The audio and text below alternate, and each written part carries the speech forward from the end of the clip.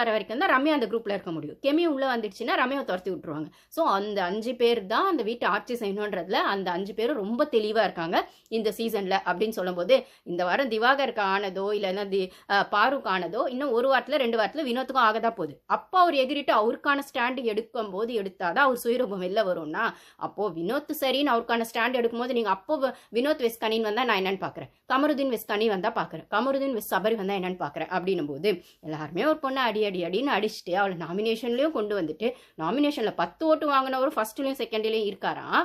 ஆனால் வந்துட்டு இந்த பொண்ணு 3rd பிளேஸில் கூட இல்லை, ஏதோ 2 நாள் முன்னாடி 3rd பிளேஸ் இருந்தாங்க. இப்போ பார்த்தா 3rd 4th 5th 3மே டேஞ்சர் ஜோனில் அரோரா கலை பாரு இருக்காங்க அப்படின்னும் போது 3 பேருக்குமே 1000 ஓட்டு 1500 ஓட்டு தான் டிஃப்ரென்ஸ் இருக்குது. ஸோ வந்து எப்படி வேணால் எப்போ வேணால் மாறணும் போது சேனல் என்ன பிளான் பண்ணுவாங்கன்னே தெரில.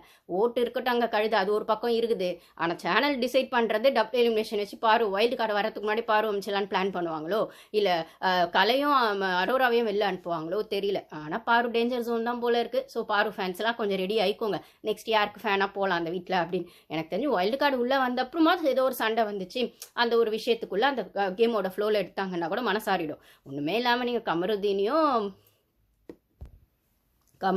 வினோத்தையும் சேவ் பண்ணுவீங்க அப்படின்னா மக்கள் மனநிலைமை எப்படி இருக்குது அப்படிங்கிற மாதிரி தான் இருக்குது. வெளில ஆதிரி ஒரு புலம்பிட்டு இருக்காங்க, பார்த்துருப்பீங்க. ஆதிரியோட இன்டர்வியூ ஜாக் கூடலாம் கூட சேர்ந்து ஆதிரி இன்டர்வியூ கொடுத்தாங்க.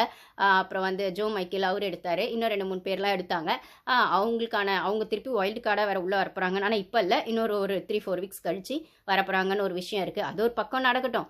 ஆனால் வந்து அவங்க வெளில போய் எஃப்ஜே பற்றி சொல்கிறது அப்படின்னும் போது அவங்க சைடுக்கான பெர்ஸ்பெக்டிவ்ஸ் நிறைய வெளில வருதுன்னும் போது நான் ஆதிரி சரின்லாம் சொல்லலைங்க. அதே நான் அகெயின் சொல்கிறதுலாம், ஒரு லவ் கண்டென்ட்னு வந்தால் ஒரு பொண்ணை வெளில அமைச்சிறதும் ஒரு பொண்ணை ஈஸியாக ப்ளேம் பண்ணுறதும் நடக்கிற இந்த சொசைட்டியில் ஷோலேயே அதே தானப்பா நீங்களும் ஃபாலோ பண்ணுறீங்க, அதே பேட்டர்ன் தானா, அதே தானே திருப்பி ரிப்பீட்னு பண்ணுவீங்க அப்படிங்கிற மாதிரி தான் இருந்தது. ஸோ கமருதீன் ஹையஸ்ட்டாக அவர் ஃபர்ஸ்ட்டில் இருக்காராம், அவருக்கு சப்போர்ட் பண்ண வினோத் ஃபர்ஸ்ட்டில் இருக்காராம். ஆனால் பாரு சேஃப் ஜோனில் கூட இல்லை டேஞ்சர் ஜோனில் இருக்காங்களாம். ஏன்னா அவங்க நெகட்டிவ் கண்டென்ட் கொடுத்தாங்க. சரி ஓகேப்பா, அவங்க நெகட்டிவ் கண்டென்ட் கொடுத்தாங்க.